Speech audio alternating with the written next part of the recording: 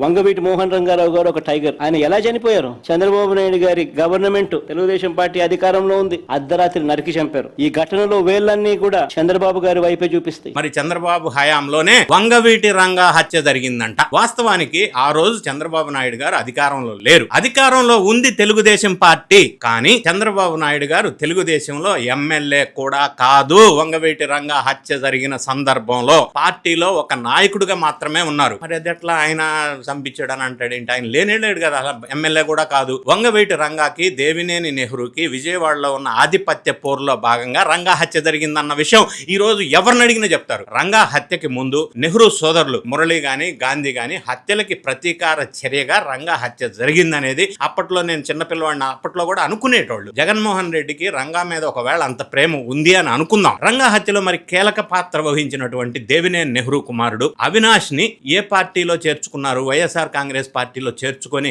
Encourage చేస్తున్నారు కదా. మరి రంగా కుమారుడిని ఎందుకు బయటికి పంపించారు జగన్ రెడ్డి గారు?